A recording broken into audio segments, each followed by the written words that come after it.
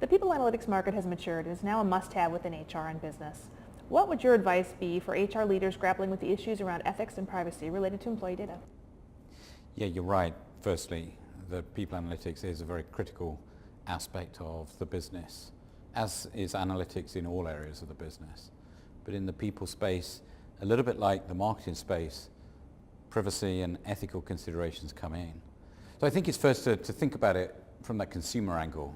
First of all, as a person, I'm a consumer, and therefore many of the things that happen in the consumer world where data is analyzed and my transactions, buying things in a shop or downloading things from a website or aspects of me searching the web, etc. All that analytics is looked at. And there are things that are right by law, and that's the sort of privacy side, and there are things that are, in a grey area, and that's the ethical side.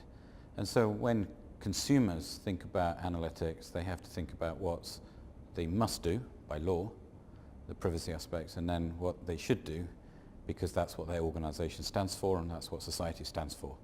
So when you bring that into the same realm for people analytics, i.e. the analytics of the workforce, the same applies. And I think this is the really interesting thing.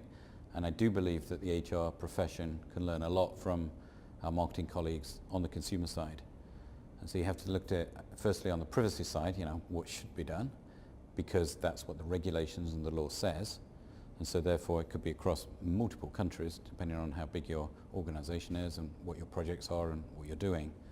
But then the ethical side is more about the culture and the morality of analytics within an employee base within your organization. So ethically, morally, what are the right things to do?